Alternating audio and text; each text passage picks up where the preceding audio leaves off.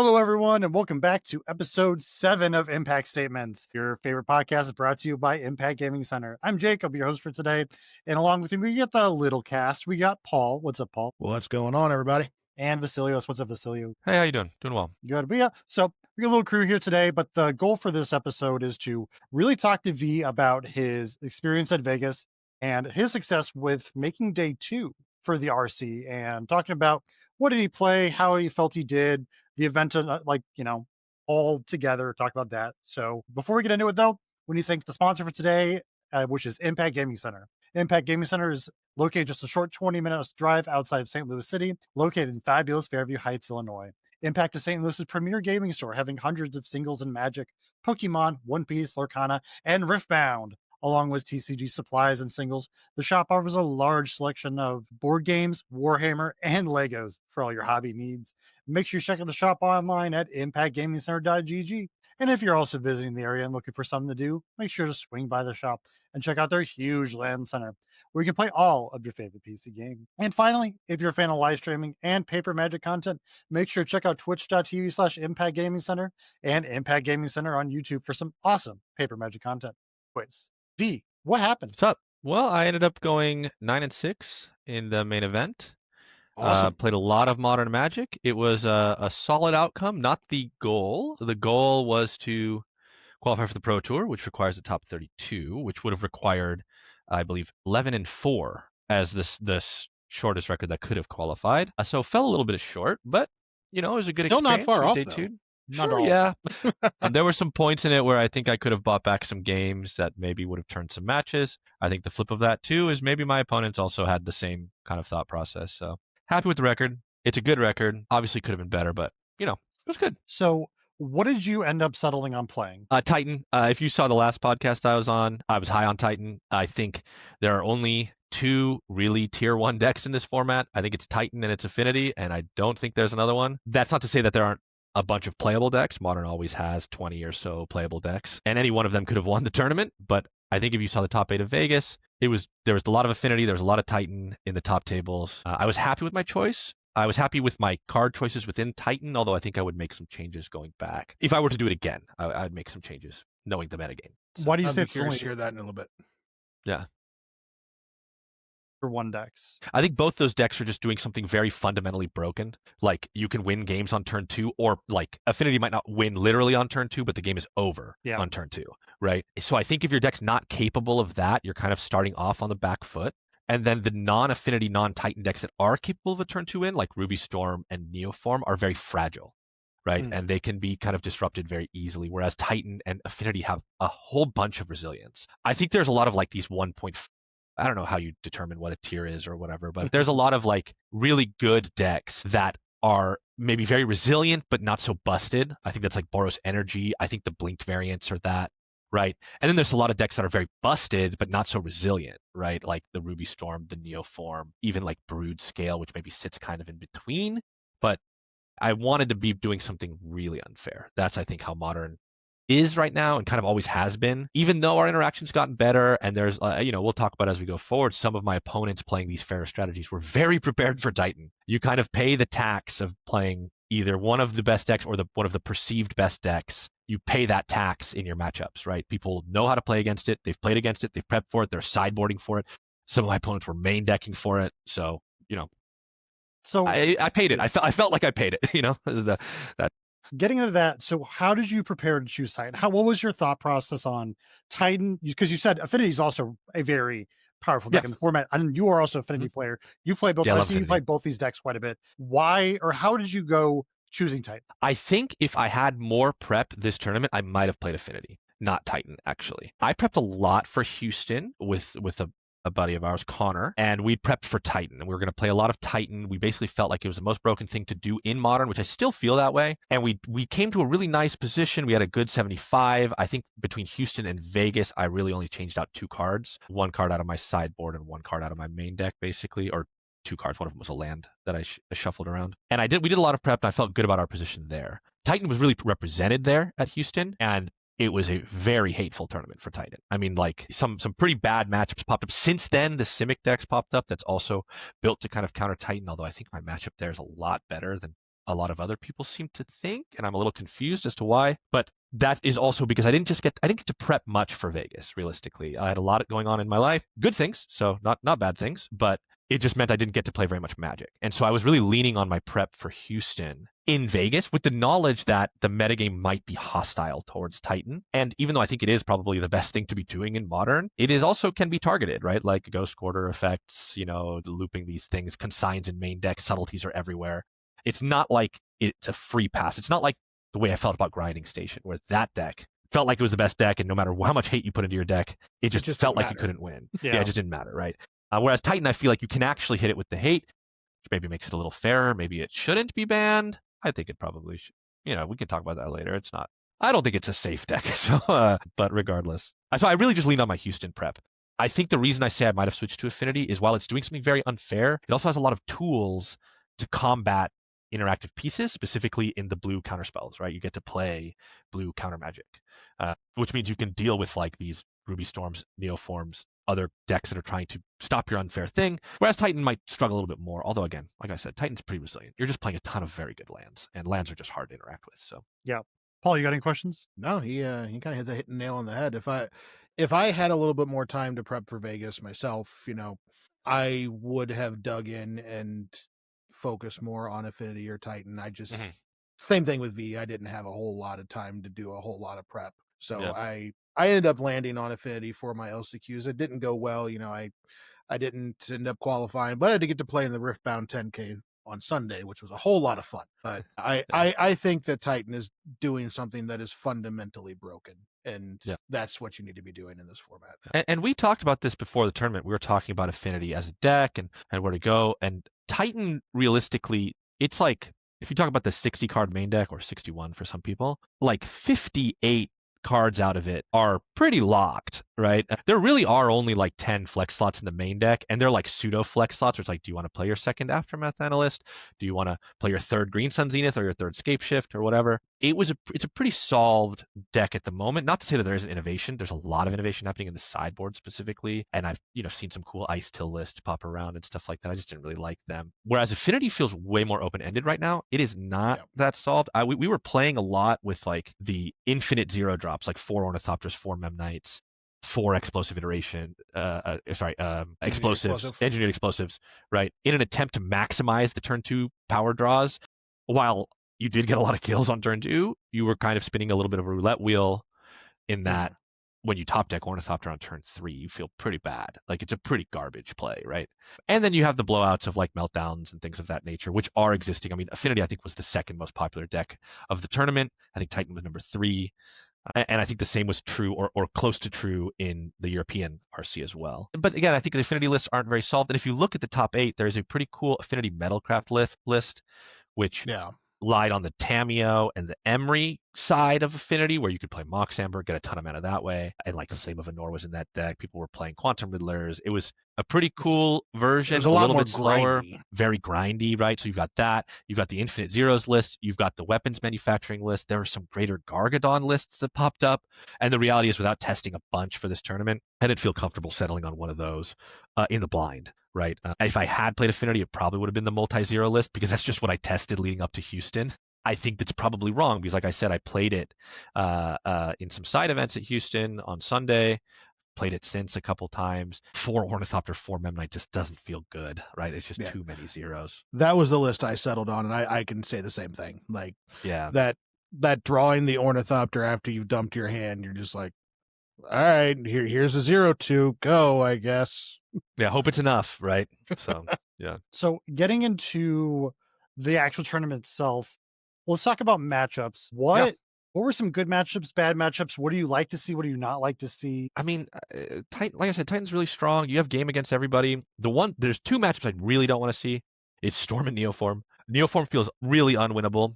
They're just faster than you. Your interaction does nothing against them, and they beat you pretty bad. Storm, you have a little bit more game against because your Besagers have a chance to actually do something, but they are also faster than you, right? You're kind of like 2 ships passing in the night, and their ship moves a little quicker. A tough matchup. Stuff I want to see: Boros Energy, Prowess, Drawn decks, basically the whole rest of the metagame. Even the Jeskai Blink decks, which are pretty well equipped to handle it, I feel like those are pretty close to 50-50s. Same thing with Esper Blink, although I think the Esper Blink can be tuned a little bit more towards the Titan matchup, which my first round opponent was really teched for Titan. And they had a really nice list, really impressive list. I think they ended up going 10-5. So they had a good tournament as well with their fairly teched list. And if your list is capable of teching for Titan to beat it pretty hard and then still not dying to the rest of the field, because again, Titan was only 11% of the field, right? So like, even though I think it's one of the best decks, same thing with Affinity, it's only about 11% of the field. You know, in a 16-round tournament, 15-round tournament, you're going to see Titan 1.5 times, right? Like it's just not that many times, right? So I think their list was really cool.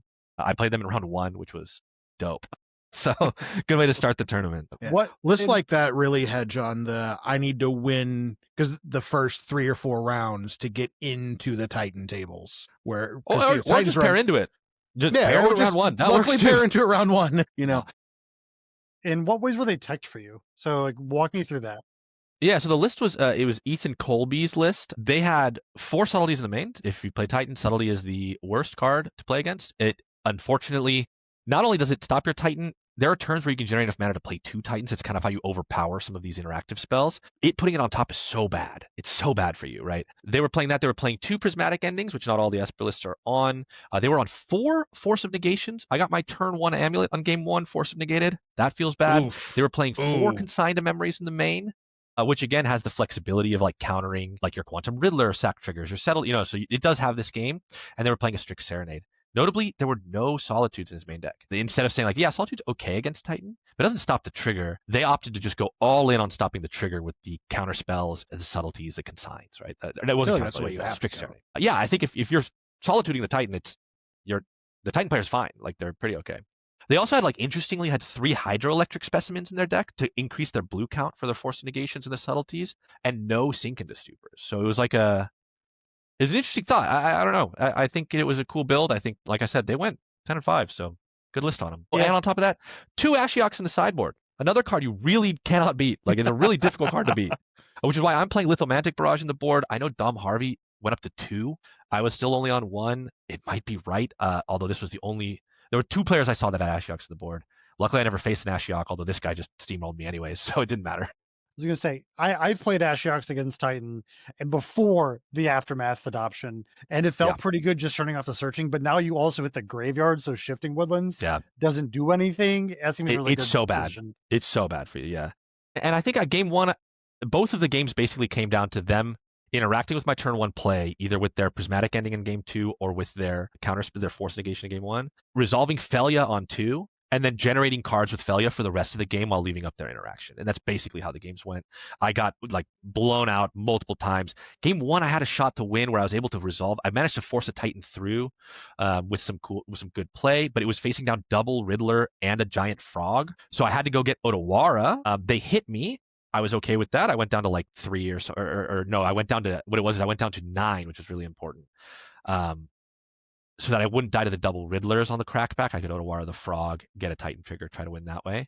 And they had 1 card in hand and 3 mana, and I was like, okay, it's not subtlety, right? Because it's 1 card. I top deck Scape Shift and decide to go for the Scape Shift line instead of the attack with Titan board my thing.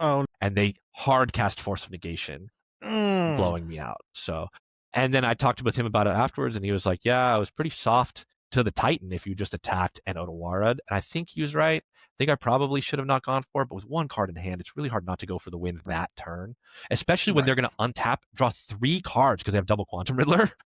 Although I guess realistically, I would Otawara the Frog so they wouldn't draw 3, but they could just pitch in response. I don't know. It just it felt so bad in that situation. So I felt like I had to go for it. Maybe I didn't. I just went for it and got blown out by the 1 card. Is what it is, right? But it was a good match. My opponent was good, as shown by their final record, and their deck building was, I think, really sharp. They had good deck building, sharp deck building. Talking about Titan and deck choices, because this deck has changed a fair amount over the few years.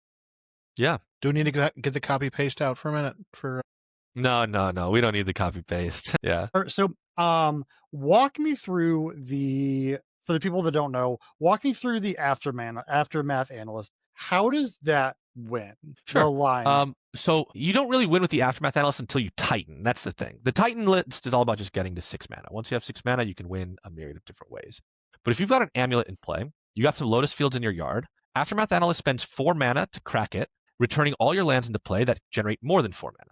You then use a Shifting Woodlands to copy the Aftermath Analyst, sack all your lands to the Lotus Field, or as many as you can, and then activate your now Shifting Woodlands. So as long as you make more than 8 mana with cards you return from your graveyard, you are actually mana positive on this loop, and you can keep doing it because you sack the Shifting Woodlands, which is an Aftermath Analyst, to return all the lands, including the Shifting Woodlands, make a bunch of mana, Shifting Woodlands back up to make an Aftermath Analyst, make mana. So you therefore make infinite mana. Once you have infinite mana, if you have Tolaria West, you can win. If you have a Titan in play, you can win. Depending on the number of amulets, there's like really lean lines where you can win with 1 amulet, 4 lands, and Escape Shift is lethal. 2 amulets and a Prime Time is lethal, even with no extra mana.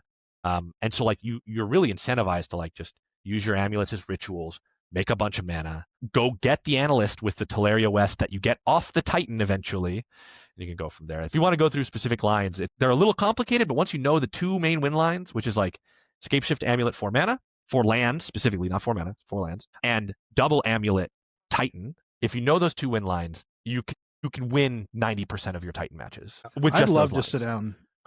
I'd love to sit down and actually do a deep dive of the Titan game plan, the lines with you and Hobbs, and if people are interested in that, I think that'd be fun. I want to learn the deck myself, and having you guys teach me the lines, we can sit down and pull it all out. I think that'd be great for people to watch. I think that's a good idea. I know, obviously, Dominic Harvey, for those of you that don't know, he has a Titan thesis. It's like hundreds of pages. It's ridiculous. It might not be 100 pages. I don't know how many pages. It's a lot of pages, right? I think it's 80,000 words at last check. It's bananas, right? And he updates it regularly. It's a really impressive document. It's kind of like a historical piece. Like you kind of walk through the Titan through the ages, which is kind of a cool thing to read. It's also too much if you're just trying to learn the deck. And I think the Sanctum people for the Pro Tour, some people from Sanctum of All, I think Andrew Ellen Bogan posted something on their guides or whatever, which are much more condensed and really talk about like learning Titan for the first time, which are very good. But some people learn visually, and I think it might be a good idea to run through like a visual breakdown of how Titan executes. Although all my Titan cards are alternate art, so maybe we need to get some regular art versions before I start doing that. So we'll get Hobbs's. I think they're just shiny. Yeah. So Cultivator Colossus, is that still seeing play or not? No, except it was. Most lists have dropped off the Cultivator Colossus. Cultivator Colossus was originally like a nod as like a secondary Titan threat. You could get it even though you got stone brained.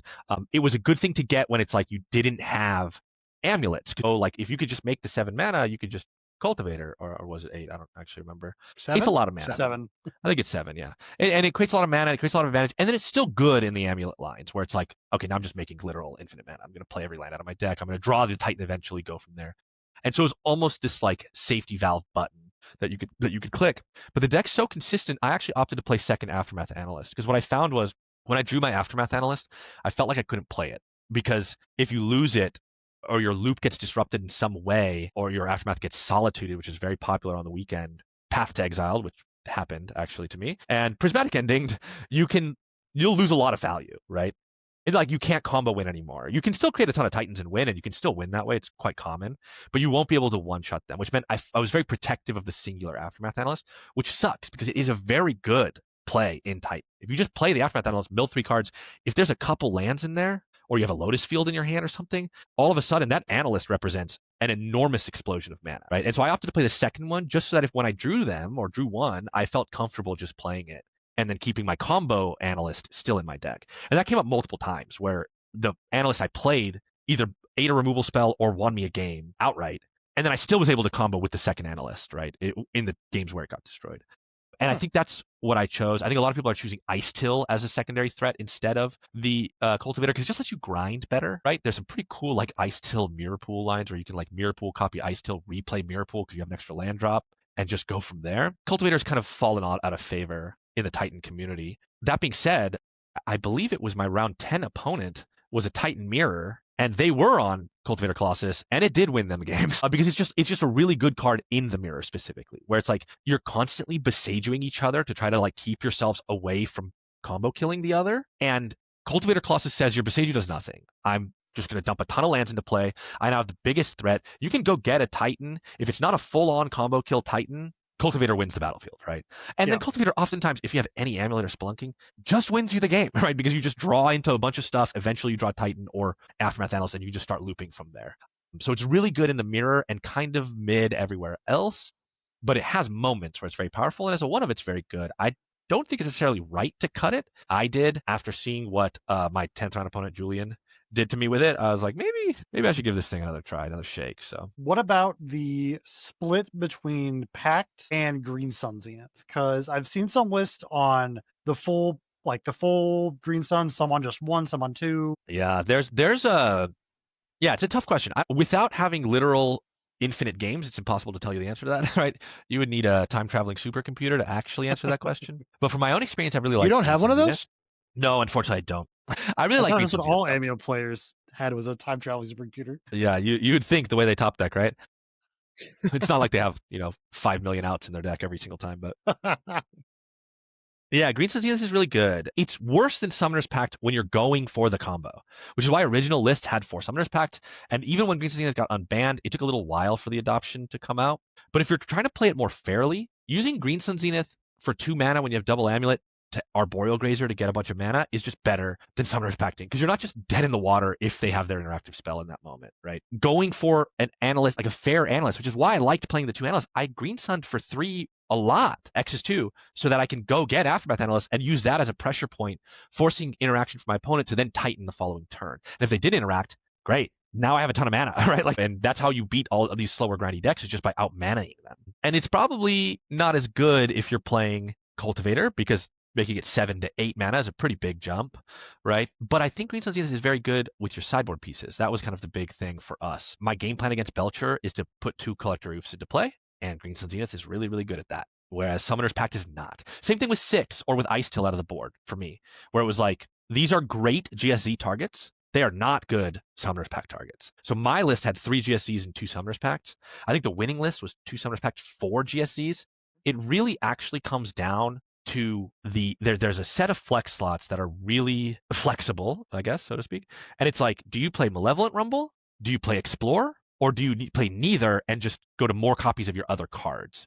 And you can see all 3 of these styles of Titan winning at every level. Like, they're all very good. If you're more on Scape Shift, Explore is better, right? Because you need to keep your lands in play, which Rumble doesn't give you lands. Explore does, right? And with all the bounce lands, you do kind of go down on lands a lot, right? Yeah.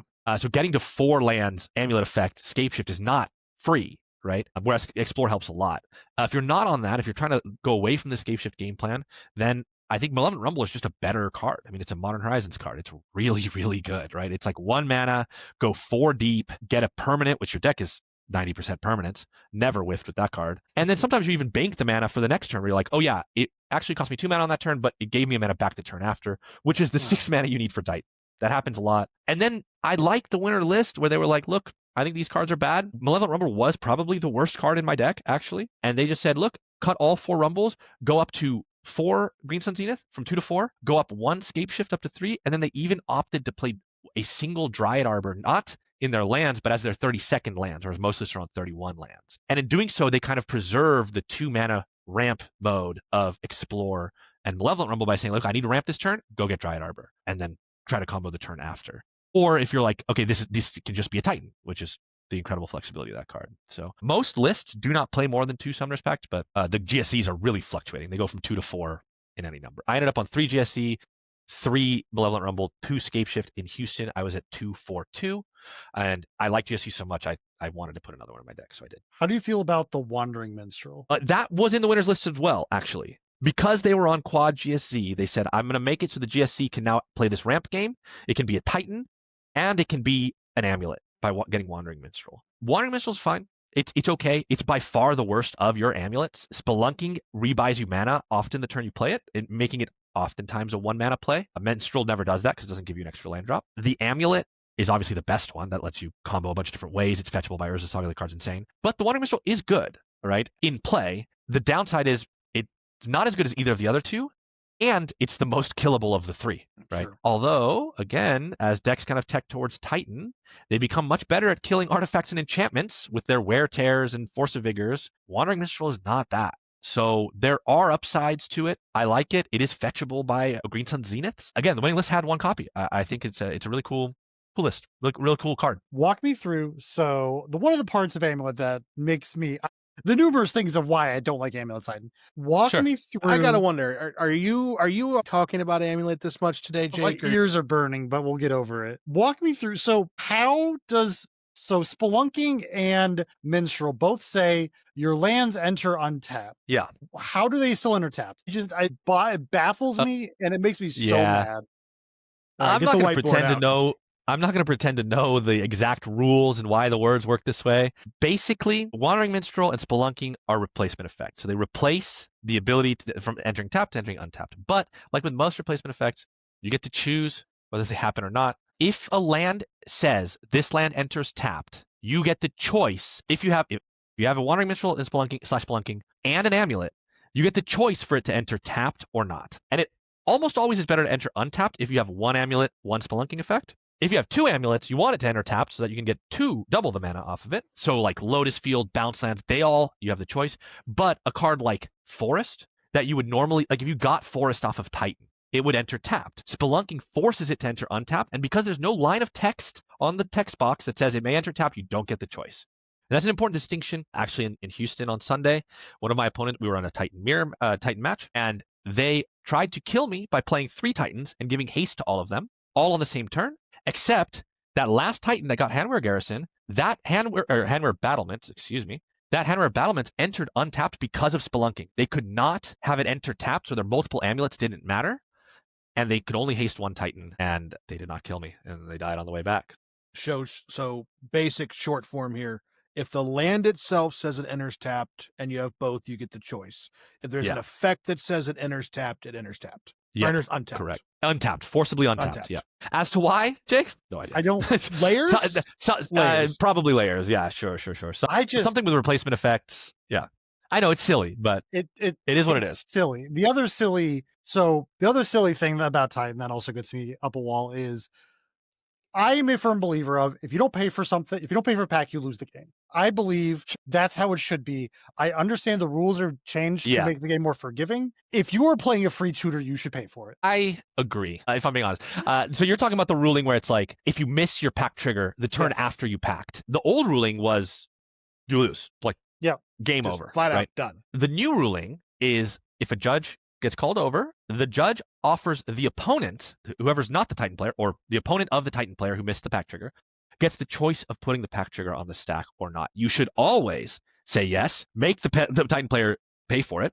The downside of that is if the Titan player made a bunch of mana prior to that discovery being made, they can then use the mana for that pack, which is not fair. And it comes down to like an integrity problem. If you're the Titan player, it's up to you to maintain your triggers. I always try my hardest to maintain my triggers. I'm not perfect. It's happened to me too. I've missed a pact. Yeah.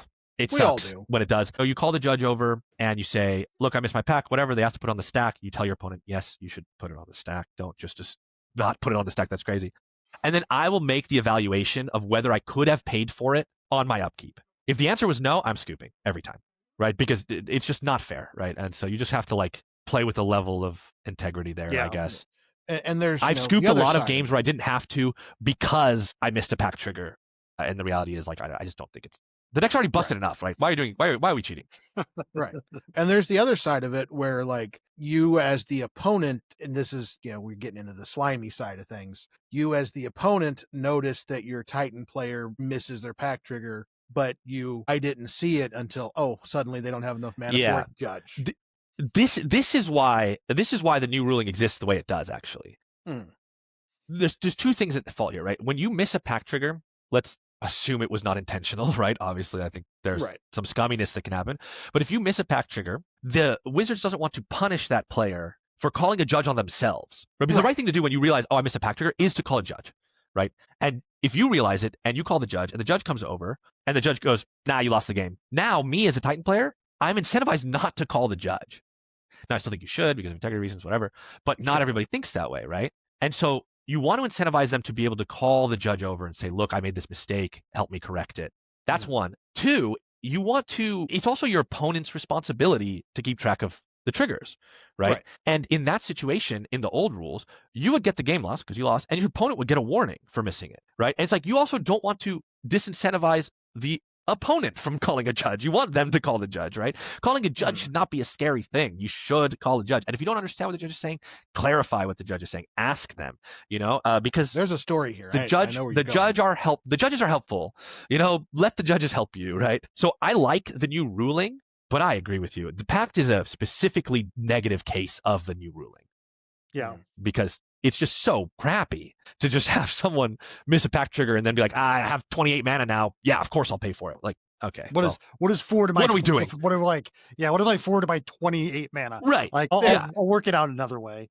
Exactly. That's like the NRG the first weekend of MH3 when Nadu was first showing up. I was watching a top 8 match and the Nadu player missed their pack trigger. They realized it, a few steps into the turn. Judge came over, put the trigger on the stack, and he was able to trigger Nadu enough times to generate the mana to pay for his pact. You shouldn't be able to do that. That it's so crappy in that situation specifically because that 4 mana that they'd have to pay on upkeep might have prevented them from even starting their Nadu loops, right? But it's true in Titan too, right? Like that 4 mana you spend on upkeep might prevent you from combat. But the realistic part with Titan is a little different because with Titan, you're only really Summoner's Pacting to play Titan. Maybe you're doing it to play Aftermath and Kraken. In both scenarios, you have an abundance of mana, right? Like you're not struggling. Now, granted, it makes the Titan player have to go through a much more convoluted loop because sometimes you have to combo post-combat, which is not as easy as pre-combat. But I agree with you. It's weird. Makes sense. So talking about missing pack triggers and that, let's go into more the tournament itself. You preparing for the tournament. What do you do to prep for tournaments? You assuming I was going to miss a bunch of pack triggers or what? Like that's crazy. What do you do to you've been in a lot of big match tournaments. You're a grinder. This is not baby's first rodeo. Let's say that this is baby's first rodeo. They are getting ready to go to a tournament. What are some recommendations you would have as a grinder and someone who has a lot of experience in this? And how do I prep for a tournament? Yeah. So the before step. I think I'm a firm believer that you only ever have control over one thing when you're playing Magic. Before the tournament, it's your prep. During the tournament, it's your play, and you never have control over luck. Right. Yep. And so the realistic part is all 3 of these are very important. You need all 3 to win any event. I unfortunately have not gotten to the Pro Tour cutoff in these RCs. I have a slew of 10 and 5s and a slew of 9 and 6s, and they suck. They're tilting, right? Losing games doesn't feel good. It's not supposed to, but you cannot let it affect you in the moment, right? I started this tournament off 1-2.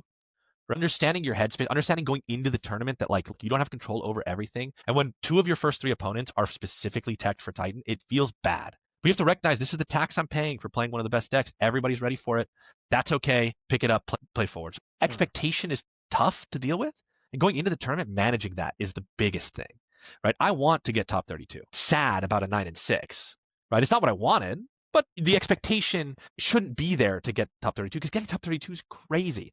It's a 1,100 player tournament. You have to play really well. Your prep better be good. When I say good is you better understand your deck inside and out, and you better have guessed the metagame really well, right? And then you have to get lucky. At the end of the day, it's a game. How do you control that?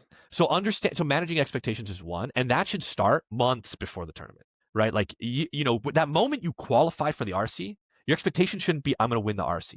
You should do everything that you can to win it. I'm not saying don't try your best, right? And when I went into that event, every single opponent I sat against, we were in Vegas. If I was betting who was going to win, I was going to bet on myself every time because I felt like I had good prepped. I feel like I played the deck well.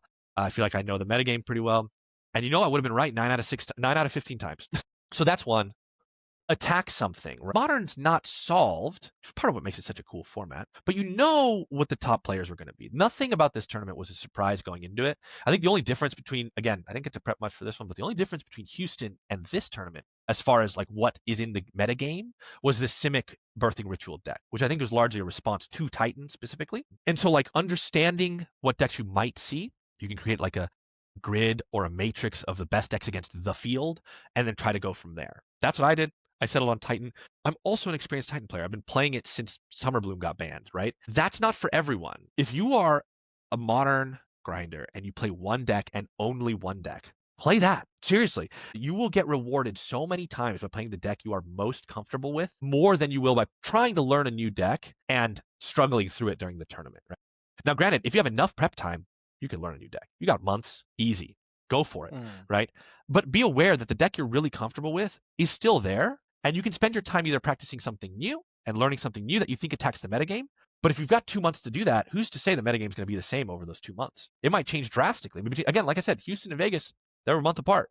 Whole new deck popped up, right? But be aware that your comfort picks are valuable, right? Being aware. I think our whole team was on some form of comfort at this tournament. I think most people didn't want to play Titan, right? Which I don't blame them. I think it's, you have to be a certain kind of crazy to go through a combo deck like that for 15 rounds. Like it's not the most engaging form of Magic because it's something kind of different than Magic. I personally really like it. I know a lot of people that do. It's not for everybody. But play something you're comfortable in. Don't pick a deck just because you think it's the best deck. And get reps with it because any deck in Modern can be tuned for the field. I mean, I think Brood Scale had a nice showing in this event as well, which I wouldn't have really considered as a top deck. But the innovations in Brood Scale have been very good, and the execution has been excellent. The affinity decks were tuned into vastly different positions, right, to fight metagames. My first round Esper Blink opponent had a really nice tuned list that was built to beat certain things. They clearly put time, effort, and practice in. I mean, who in the right mind puts Hydroelectric Specimen over Sink into Stupor? No one thinking critically would start there. You know what I'm saying? Plenty of people would test it, and some might even find it's really good for certain reasons, right? And that's what this person's work paid off, where they're like, look, I actually think Hydroelectric Specimen is better. Like I said, they had a great showing. Deck card is really good, right? It isn't as good as Sink into Stupor in a vacuum, but in a field that you're expecting, it might be. So test, play. I mean, that's really the only advice you can give. Just play games, right? I love playing games with teammates. Sit down with a friend and just ram out 20 games, right? And ideally, make sure to practice your post board more than your pre-board. You're going to play more games post board. I like to build 60s per matchup where you're like, hey, this is my Titan deck. If I'm facing Affinity, this is what I want it to be. This is what my 60s should be if I'm playing various consigned decks or Tron decks or whatever. And then from there, you're like, okay, what's my main deck? And then what's my sideboard? And what I'll usually end up with is like, in my ideal world, I would have a 24 card sideboard. That's not reasonable. Now you have to pick and choose which are the cards you want to actually put together in your sideboard and create like a 75 matrix. You're not creating 60 cards in a 15 card sideboard. You're creating a 60 card deck for 10 matchups, right? And building your 15 card sideboard as that. That's kind of the prep that you can really go in. And then that extends beyond that. That extends into your main deck, right? I mean, I'm sure my Esper opponent found, hey, these consigns kept getting boarded in. If they're being boarded in 6 out of the top 10 matchups, right? Play them. Like just put them in your main. Like that's kind of, it's fine, right? Not to mention that it also synergizes well with Solitude, Subtleties, and Quantum Riddlers, but that's part of the coolness of the deck construction. So makes sense. I know play we games, had don't that shortcut. same exact conversation with Chris going into the RC, like 20 minutes before we were submitting deck lists. We're sitting down, he's looking at his sideboard pieces versus main board pieces, doing exactly that. I bring I think it was the Unholy Heats. I bring Unholy Heats in more than I take anything else out. Is it worth playing them in the main and just adjusting that way? And you're tuning up to the last second. Yeah. I mean, I'm not a last second tuner. I think the information you gain at the last second is oftentimes cloudy, right? Being able to analyze data sets is a really important skill. It is difficult to do, especially when you have very little time and very kind of weak information. Like, what information are you gaining on that last day, really, on that Friday? Or I guess it was, submission was Friday, right? Friday at 6 p.m. What are you gaining on that Friday? Are you walking around the LCQs and looking at the room? Well, the majority of the LCQ people, 31 and 32, are actually not going to be at the RC. Oh, and you see weird stuff in the LCQ. I played against Reds round one of my last one. Like, right. So like that's not representative of what's going to be at the RC, right? And you have no idea. The data's not available to you. So warping your data for last minute decisions feels kind of like bad. Doesn't feel good to me because you didn't have the time or the quality of data. Granted, you never really have the quality of data. You can do your best looking at challenge results and things like that. I think last minute decisions often hurt more than they help. I had my deck list locked on Monday, and I just said, these last 4 days, I'm playing with this. And even if I see some big metagame shift, like that blue-green Simic Birthing Ritual deck, if I'm expecting it to be 20% instead of 5, right, which is what I was originally expecting it at, okay, it's 20%. You'll run into it 3 times in the tournament. And that sucks, right? It might suck, but no matchup is 100-0. You might win one of them, in which case you're still fine, right? So like, what really changed? What in that last day, right? Now, if you're really unsure about things, obviously, like if you're stuck between 2 decks, I get it. Take all the time you need to test. But if you know, look, I'm on this list. This is my 75 plus or minus 2-3 cards. Decide on it. I don't know. Like it's a little shocking to me that you didn't have enough prep going up, right? You know about this months in advance. So if you didn't have enough prep, which is fair, you might not, then yeah, go as late as you need. But those last second changes, I don't know. I think they hurt more than they help, to be honest with you. I agree. I don't think good decisions come from impulsive choices. Yeah. There's a reason But we Chris put. was right in his decision, right? Right. He said, like, look, I'm always boarding it on Holy Heat. Why don't I main it? Yeah. Okay. Yeah, Right? and that was we were looking at he had already made a sideboard plan. He'd already made, his matrix of 75, but he got looking at it more in depth. And it's like, these cards come in 75% of the matchups. Like you said, why don't I just play them in the main? Bring the K returns when I need them. Right. But the flip of that is in the 25% that they're not being played, are they fully dead? Exactly. And are they fully dead? Is the other card you're replacing also fully dead? Like, the better way to do it, right? So it's kind of, again, we don't have time traveling supercomputers. No one has a perfect 75. You play with what you got. Were there any moments from Vegas that were like memorable to you? Like you could go, like you obviously spent the weekend in Vegas with the boys, with the tech team. Was there is there any moments that family friendly moments we can share that's really stood out to you? Magic moments blackjack? Or not magic moments? Let's start with magic moments. Sure. Every one of my opponents was great.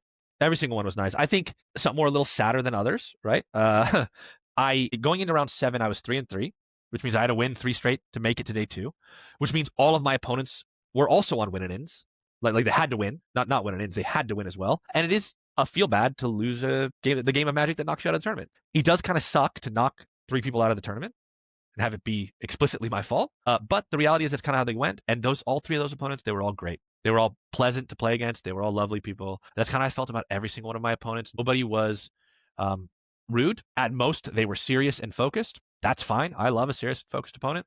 Post game, all very kind. I think I had a couple standouts. I think my round 2, I played against a Jund cookbook deck, like Asmo, the food deck, which was a pretty cool thing. Asmo's kind of good against Titan, right? If you have stockpile food, you start blowing up Titans every time I play them. Is kind of bad, right, for me. And the foods are so easy to make that it's like it doesn't even matter. You end up managing Asmos. I beat them, but their list was cool and I liked it. There's a persist list as well. So they were like persisting Archons while Asmoing. They had their Thoughtseize deck. It was pretty cool. It was a slick list. Jake's double Blood Moon in the main. I don't know. They were what was their name? Oh my goodness. Sorry, let me find it. Nay Fish. So they had a cool list. You can look them up on Melee. They did it. My 4th round opponent, I played against this guy, Matthew Weiss, who him and his friends came up with a prowess list that was a little bit different. If you know anything about the prowess list, that's a solved deck. People are playing the literal same 75, or at most it's like the same 60 plus or minus 2 sideboard cards or whatever, right? But what they chose to do is they cut down on the mutagenic violent urge package and replaced it with, what is this instant called? Academic Dispute. Do you know this card? Excuse you? What? Yeah, is that a exactly. magic card? It was limited Shaft from Strixhaven. It is a single red mana. It is an instant. Target creature blocks this turn if able. You may have it gain reach until end of turn, and it has learn. And the reason to play it is the learn text. So it would go get Boomerang Basics, which is the bounce spell from Avatar. Oh my God. It would go get Firebending Lesson, which is the shock lesson from Avatar. It would Redirect go get lightning. It'll Quench You. It'll get Octopus Form, which is a hex, 2 ways to protect your threats, and it'll get Redirect Lightning, right? And so it was like, it's a pretty cool thing, right? And we were talking about it. His buddy, he said his buddy was the one that came up with it. I obviously saw him. Obviously, he didn't end up that well. He was 1-3 after our match, but these are all small sample size. There's nothing. You could go 0-3 and or 0-4 and scrub out of the tournament and still have a really good idea. And I think this is an idea worth testing, which I think is really cool. And I think kind of the thing that he was saying is at the end is like, look, that Academic Dispute, it's not a dead card. For 1 red mana, he said he kills Ocelot Prides and Guidasouls all the time. You lead on a Swift Spear, you turn on your DRC, you play a Slick Shot, and then you just Academic Dispute their 1/1, force it to block the Monastery Swift Spear, and you went and got Firebending Lesson, Redirect Lightning, it'll quench you. The best basic, one. Whatever. The best one for the moment, right? Which is really, really cool. And I think these lesson learned cards were not really constructed play. I mean, I think like Divide by Zero was the only one that really saw play. Well, it got banned. In standard because it was I got banned because it was crazy, right? But then the other learn cards just weren't that good. And part of that was because the lessons you could get were not that good. All of the Avatar lessons I just mentioned are all pretty reasonably costed spells. Boomerang Basic being a 1 mana unsummon that can actually draw you a card if you use it on one of your own things is is on rate. Like, that's just an on rate card. Firebending Lesson's obviously weaker than Lightning Bolt, right? Because it only deals 2 damage and it can only target creatures. But it does have this kicker mode to deal 5. That's not nothing. Kills is Ice Tills, things like that. Sorry, it's all Titan brain, so all the cards I care about are Titan cards. But It'll Quench is a pretty bad card. That card is, I think, pretty bad. But What, whatever. Quench It's a isn't good in counterspell that you get. 25? Come on. Redirect Yeah. Lightning's a real card. I believe that's a But real Redirect card. Lightning and Octopus Form both are real cards. Octopus Form is like Blossoming Defense, right? It's not as good, but it's close, right? Like Redirect Lightning is actively very good. Like, that card is awesome, especially when your life total doesn't matter because you're playing prowess. You're killing them, right? Like, so I don't know. It just seemed really interesting. I think from having talking with him after the fact, he was saying that maybe some of these lesson cards, too many sideboard slots were used for the lesson cards, right? I think what they cut were 2 mutagenic growths and 1 violent urge, and then 1 expressive iteration to fit the 4 academic disputes. Maybe it's 3 academic disputes, 4 iterations. I'm a little hesitant to cut mutagenic growth and violent urge. The reason is your Titan matchup's so bad. It is so You bad. need to Your just Titan kill matchup. them. And the way you beat them, I played prowess. Again, I got a little lucky in day 1, actually. I played prowess 3 times. I beat all 3 of them. And the only game I lost to prowess was a 16 damage turn 3, where they just like hit me on turn 3 and just blew me out of the water. And that required 2 mutagenic growth and a violent urge. So I'm a little hesitant to cut those cards when they're the ones that help you win your horrific matchups. But if the idea is like, look, some matchups are just horrific, we're not even teching for them. My goal is dodge Titan, not tech for Titan, because I don't know if this deck can truly tech for Titan without it being a totally different deck. So maybe there's some merit here in just saying like, look, I'm going to play Academic Disputes instead. I actually picked up 4 copies. When I go to F&M, I'm going to try this because it looked cool. I think my lesson package in the sideboard will be a little less, a bit tighter, but it's cool. I think it's a cool idea. It's a good innovation, and it's something we should keep an eye on for the return to Strixhaven. When we go back to Strixhaven, I'm pretty certain we're going to get lesson learn cards, and if any of those learn cards are remotely playable, getting the avatar lessons, which are all pretty powerful, is like huge game. So keep that in mind going forward. I like it. That's really cool. So that was pretty cool. Yeah. Man, what else? What else happened? I played Prowess in round 4 and 5, got the wins there. I played against a pretty cool Esper mid-range deck from this guy Logan that was playing Wan Shi Tong, Librarian, and because of that, they splashed into white to go get Path to Exile in the main deck, plus some sideboard. They had like pest control and stuff like that. Pretty cool. If Path to Exile is a pretty bad card, but if Path to Exile goes and gives them a land, sure, but if it also draws you a card and gets you a counter, that's a pretty good card, right? That's a pretty good card, right? So I like that innovation. It was pretty cool. We had a great game. Game 1, I made a decision with my opening hand that I think cost me the game that I think I would make again. And I had an opening hand that was a double Saga hand, and I had the option of playing it slow and going for constructs to pressure them, or playing it fast and playing the Sagas on turn 1, foregoing the constructs and trying to Titan them out of the game. And because I had Titan, and because it's game 1, they still have their fatal pushes in the main. They still have their interactive pieces that are generally pretty bad against Titan, but kind of okay against constructs. I chose to go for the combo line, and I just got 1 for 1 out of the game. Like, I just got the counter spells, whatever. And it's like, man, if I made constructs, I might have been able to win that game. And maybe it was the right choice. I would just need more reps to really actually figure that out. But they had a cool list. I mean, they were also pretty tech. I mean, 3 subtleties in the main, 3 Path to Exiles, which is a good card against Titan. It's one of the few ways this deck can actually take a Titan out once it's resolved. The Force of Negation, sideboard had all the consigned to memories, pest controls, But I won game 2 by shifting Woodlands my Saga on draw step to get a counter, doing that again to make another counter, and then just making constructs for the rest of the game. Like, that's how I won game 2, which was pretty cool. My opponent didn't know that interaction. They saw me do it, kind of got a confused look, and I was like, we should call a judge. We called a judge. Judge explained it. He was like, that's really cool. Guy was cool. I think he day 2'd as well, but he didn't end up playing the whole day 2. I think once he picked up his 5th loss, I think he dropped. But he had a very good tournament. He's a cool guy. I liked him. Do you get anything for day 2ing? No, nothing. Okay, you just get to pat on the back. Nice. Yeah. You get to you come play back more and Magic. fight Like, again. that's the cool part. You get to play more Magic. Right? My round 7 was against Ruby Storm, which was tough because I had just won those back-to-back rounds and then lost the thing. I'm now 3-3, and I pair into Ruby Storm, and I'm like, ugh, this might be the end of the tournament for me. I win the die roll, and I'm like, all right, good. This is the only way I can win. We're going for the turn 2. I kept a hand that had a turn 2, and I was like, okay, like, I win this game, right? Because Ruby Storm doesn't really interact, right? And unless they go for a pretty crazy turn 2 combo, it's unlikely. And then they pitch a card and reveal Gemstone Caverns. And I'm like, uh-oh, I'm no longer on the play. My opponent's taking the play from me. That's pretty bad. They turn 2 Ruby Storm, right? A Ruby Medallion, excuse me. Luckily, they went for Ruby Medallion, not Ral. I got to untap Beseiju it, right? And then just not die. That was it. I was like, I can't die. You know what I mean? So, and then I managed to get the win there. And then they unfortunately had a really bad, they kept a hand relying on the strength of a Renge Resolve. It got them 2 Desperate Rituals and no cost reducer. Those are the the second worst. Renge Resolve got them 2 lands. So it was like, sucks. Like, it's always tough because like I like the guy who was nice. I got pretty lucky to win that matchup. Next 2 rounds was against Is It Prowess and then Eldrazi Tron. I won both of them. Tron matchup was against this guy Zeb. It was very nice, very cool. They beat me game 1. I beat them game 2. Game 3, we were both kind of out of cards. I attacked with a 6 that I'd put on the battlefield, and it milled 3 Titans. And that was a game. I just literally was like, pitch a land, play a Titan, pitch a land, play a Titan, pitch a land, play a Titan.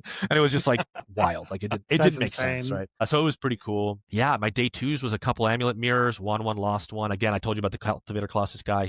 I made a mistake. And this is one of the games I wish I had back. And it's kind of the thing I'd tell people. That first game of the first round of every day is tough for me. I should play a game before that round. I recommend everybody does, just to like warm up, because I made an error in this game that cost me in a turn where I couldn't really combo, but I could put a lot of value into play.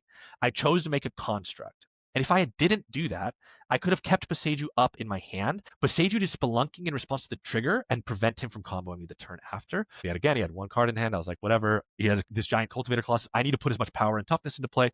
Chose to make a construct. If I thought about it a little longer, I might not have, and that game would still be going on. Well, would have still gone on. Hopefully not on. Still. It's been terrifying. Weeks, so. Yeah. But then, I won a Titan match, lost a Boros Energy. Cool tech from the Boros Energy. It's not really tech. They brought in Vexing Bauble against me. And I was like, that's interesting. Is it because you have too many things to side out? No, the rationale was it's a way to protect their Blood Moons from my Force of Vigors. And I actually lost that game to my opponent. Well, actually, no, it's actually even crazier than that. Game 2, he hits me with Ragavan on 1. I don't have an Arboreal Grazer. And he reveals my 6. And I'm like, that sucks. Like, because that's he just sacks his treasure, plays my 6. That Fire Spout that was in my hand doesn't kill 6. So he then developed. Eventually, the 6 milled over a Bauble and a Blood, milled over a Bauble. He played it. Then the next 6 milled over a Blood Moon. And I'm like, okay, I see the Blood Moon. He doesn't have the mana to play it, right? Because he needed to do some things to clear the way to put me into like lethal range. If I can Force a Vigor this Blood Moon, I can win the game. My mana base is Forest, 2 colorless lands, and a Mycosynth Gardens. All I need is untapped green so that I can, on his end step, Force a Vigor the 2 things, and then untap and win the game. And I could not draw it. Sorry, it didn't even need to be untapped green. It could have been untapped anything, because my Mycosynth could have filtered it into green, and I lost the game because of it. So I lost to that stupid Mycosynth Gardens. That's not even that good. But no, which is pretty cool. And my last round opponent was also on Boros Energy, had the same board plan, Vexing Bauble, Blood Moon, defend it, lost game 2 to that. They literally went turn 1 Vexing Bauble, turn 3 Blood Moon, and I went sick. I didn't keep a Beseiju hand. I kept like a Urza Saga hand, and I got punished for it. I probably should have mulliganed it in retrospect, but deck was so good it made up for my mistakes anyways. So then what else? I played against the Is It Metalcraft deck. It kind of didn't do anything, which was a bummer. My opponent was great, but yeah, she fizzled out a couple times, which is a bummer to see because that deck is really cool and I wanted to see it played. And then I played a Dimir Necro Dominance deck. Ooh. Right, which was pretty cool. I was playing around a Force of Despair, instead got blown out by a March of Wretched Sorrow pitch 3. Oops, top deck the Thoughtseize to take the backup Summoner's Pact in your hand. And I went, wow, that's a way to lose the game. But it was pretty cool. It was pretty cool match. Yeah, it just is what it is. It's Magic, right? But my tournament was pretty cool, I think. I had a good tournament. The matches were fun. Like I said, I like playing Titan. So it was fun. Outside of Magic, we gambled. It was Vegas. So kids, don't gamble. It's bad for you. Sunday night with the boys at the Sahara was fun. Yeah. I went in. Whenever I go to Vegas, I usually take out. This time I took out $200, and I said, "This is my Vegas money. I'm either going to lose it all, or I'm going to double it. One of the 2 things is going to happen, right?" Statistically, what ends up happening is if I get to like $320, I just go, "All right, pick it up and leave," and then I spend the extra money on Magic cards. That was the plan, and I was pretty even going into that last day at the Sahara, right? So I was like, okay, I'll put $100. We'll play blackjack. It was a big group of us. It was me, you, Paul. We had Hobbs, Kevin, Will was there, Chris. Yeah, and we just took over a blackjack table. Yeah, we just took a blackjack table, and it was a blast. And we were talking with the dealers. They were great. We were poking fun. It was a blast. It was a good time. But we sat down, and we had too many people. We had more people than the table allowed. So it started off with me and Kevin sitting, and Kevin, very responsible, was like, "Okay, I'm going to not bid. He's like, damn, I want to play, but like I shouldn't do it. And I was like, okay, look, I still have my $200. I've been neutral all weekend, so I was like, here's 100. I'll take my 100. You gamble for me. We'll play a game. And in 7 hands, we got destroyed. Completely blown away. Like every single, like I never won a hand. Kevin didn't play 2 hands because he was like, this is too cold. Like it's not working. Well, I'll just wait a little bit. Then he played 2 hands and lost them after I lost. So it just blew everything, right? Instantly. Right? So I was like, that sucks. Like that was pretty bad. So I was like, okay, well that's, I was prepared for this, I guess. But Evan was really nice. He ended up giving me a Riftbound, a Time Warp, a Riftbound card, $100. There we go. So basically it was like, I lost 100 and was forced to buy a Time Warp. Is basically how I think of it, which is not a bad deal. Oh no, I don't think that oh no, great. Like card's really good, great, right? So it was good. It was a lot of fun, and the whole point is like you're there for fun. You're there to like enjoy it. So we were enjoying it with everybody. The whole rest of that night, Hobbs hadn't played very much blackjack, I guess. So the whole rest of the night, Kevin and I were just kind of like giving Hobbs like the statistics, like like this is a place to go. This is not dulled down. Put more money on the table, whatever, right? Which was a blast, and I think. At the end of the day, Paul, you were a little positive. Yeah, I was up $25 by the end of it all. Because you were up big at one point. Yeah, you were up big at one point. I put $100 in, and I was about 250 before I hit a cold streak and pulled out. A big cold streak, yeah. Chris made out like a bandit though. Chris got some good results. I think Hobbs lost a little bit. Obviously, Kevin and I got blown out of the water. Although Hobbs' 4 double down hand was. Yeah, or 4 split hand rather. Crazy, insane. He split 4s. No, he got dealt 2 jacks. Okay, them. So opponent was showing like 15. Opponent was showing 15. Yeah, right? yeah. Dealt 2 jacks, split them. Got dealt another face card, split them. Got dealt another face card, split them. No, they were all jacks. They were all face. They were all jacks. Yeah, they were. They were all jacks. He had 4 jacks. Ended up getting. His 4 hands. Her 4 hands were 20, 19, 20, 20. Yeah. On dealer showing 15. The dealer and then dealer flipped 5. So Hobbs lost 1 hand. He pushed 3, lost 1, and lost 1. So it's just like there's like all of this drama, and every other table screaming. The pit boss was like, they're supposed to roam around the tables and spend equal time at each table to make sure. He was hanging out with us. Everything he could to hang out with us. Like literally, he would do a quick run of all the tables, come back, and then sit there for like 5 minutes. Quick run of the whole table, come back, sit there for 5 minutes.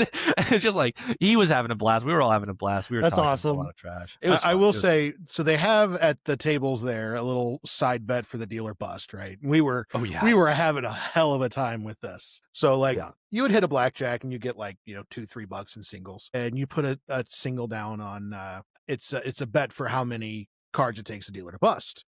Yeah, and V got really into this. Like he had already lost. Yeah, I mean, I was dead. What else was I supposed to do? So we would like, the dealer would bust, and we'd all just be like, oh, yeah. And then he'd get like, you get $1, and the whole table would go nuts, and the whole table would erupt, and we were definitely disruptive for sure. And then but they it was pretty switched empty, dealers. So the dealer wanted a break, and the guy had no idea what was going on. So we started doing it, and he just like, no, you're fine. You're fine. Like when we made the bet and won it, everybody pointed at it, and the dealer went like, "Oh, what did I do wrong?" And we were like, "No. You need to keep doing what you're doing. Do your thing. Keep going." Yeah. So it was fun though. It was a good time. That's and then we went, had some ridiculous buffet. The Bacchanal was a lot of fun, and it was Will's first time in Vegas, so we went up and down the strip a little bit. It was a good time. It was a good time for sure. 2 questions before we get out of here. Number 1, Titan, Badger Mole, the truth? No. Okay. Not a chance. I think if you're playing Badger Mole, you need to be playing other dorks. I think Badger Mole by itself, being a 2-mana card that like ramps you 1, that's not good, unfortunately. You know what I mean? But if you're playing Delighted Halflings and you're playing Badger Mole, or like in Standard, if you're playing Llanowar Elves and the Gene Pollinator, yeah, card is really, really good. Like if it's able to make you more than +1, it is insane. I like it. Second question. Yeah. Second Sunrise, already too good of a card. Is the Aftermath Analyst combo loop that takes extra time beyond the allotted time of the round too good? Sure. I would say no. Okay. Not for timing reasons. It might be too good for power level reasons. Okay. But Second Sunrising got banned because of timing reasons. And I think this is the thing. If you're playing Titan, you need to be very, very aware of how you combo, because you need to very concisely explain what's happening to your opponent, right? And I actually, against one of my, prowess opponents, I think in round 8, a judge was watching our match because it was game 3 and I was comboing. At the end of the match, the judge pulled me aside and said, "I've never seen anyone explain the line that efficiently." And then I was like, "That's very nice of you to say, Probably not true. There's probably people who have done it very efficiently, but you have to be very good at that because what happens with the analyst loop is once you have infinite mana, it's deterministic. Second Sunrise wasn't, which means you had to keep doing it, right? And that means you had to mechanically do every step. But once you're like, look, I've demonstrated a loop, I have infinite of every color of mana, or 18 bajillion, whatever you want to call it. And then from there, I'm going to like copy Titans. I'm going to have 1,000 Titans, put every land into play. I'm then going to give them all haste. I'm going to attack you. Or if it's post combat, you say, look, I'm going to go get Otawaras and Sejus and put these into the loop. I'm going to besage you all of your permanents that I can, and I'm going to Otawara all the rest. If you can get to the point where you can explain that, it is functionally deterministic. There's nothing random that can inhibit this from happening. Whereas Second Sunrise is like 99.9% you're going to die, but it is not deterministic, so you have to do it. Gotcha. Cool. But if you're trying to ban Titan, you should probably just knock it all the way out of the park. It's been in the format for 10 years. We're fine. It's okay. Let it go to bed. But it is also part of Modern's identity, right? So, like, if you take out the amulet, if it gets banned, does the deck still exist with Wandering Minstrel and Spelunking? Maybe. Those Urza Sagas become much worse, which means a lot more of the utility lands come in. It probably drops quite a few percentage points in power level, which maybe is okay. What else could you possibly hit? I mean, if you hit Urza Saga, you're hitting so many other decks. If you hit Titan, okay, they'll Cultivator Claw. You know what I mean? Like, there's so many. Lumra. All of the effects are. Bunch of others. Yeah. And that's the same thing with Aftermath. If you take out Aftermath Analyst, there are Lumra loops. It's the same card, right? Like, it just can't be paid on two parts, right? So I don't know. I think weakening Titan is going to be very hard to do. You can definitely do it with bans, unless you ban Amulet. And maybe it's time for Amulet to go. I like the Amulet deck. I like that it exists. I think these kind of combo decks need to exist in Modern. Sure. Otherwise, it becomes a very weird format, right? When they don't exist, maybe we've had enough of Titan. I don't know. I think the deck's fine. I'm very Titan biased, as a card so don't listen to what I'm existing. saying.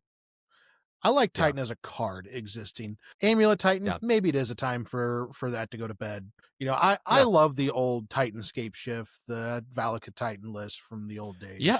I mean, remember, the Scapeshift list combos with a single Amulet effect. So if you get rid of Amulet, you can build a deck that's a Spelunking Wandering Minstrel GSZ deck that just Scapeshifts and wins the game, right, on turn 4. Right. Or turn 3 if you're playing Explorers and its friends, right? Which you totally can. Growth Spiral, Explorer, those are all very playable cards. So what I hear is we need a new Leonin Arbiter here, because I think that's the right answer. I mean, but that is the right answer, right? Don't ban the cards. Print something that makes playing Titan uncomfortable. They have not printed a players can't search libraries, I think, other than Ashiok and any other card. It's that. I mean, Ashiok was printed 6 years ago, dude. Yeah. It's been a while. Yeah. I agree. Well, thank you guys so much for hanging out. This was an awesome episode. I think we learned a lot. Congratulations again, V. Day 2. Awesome. Thanks for hanging out, Paul. No prizes. Thanks for being here. It was no prize. It was so great. Hey, if you guys like what you heard today and you want to support the podcast, you can support us by supporting the shop that supports us at Impact Gaming Center. Check out them online at impactgamingcenter.gg for any singles for Magic, Riftbound. Hey, don't worry. I don't know how much you guys like Riftbound, but I want to talk about Riftbound. We'll talk about that later. If you like live Magic content, you want to see some Amulet Titan played, you could check out the YouTube at Impact Gaming Center and the Twitch at twitch.tv/Impact Gaming Center. Other than that, thank you guys so much for hanging out. This crew signing out. See you later. Peace. See ya.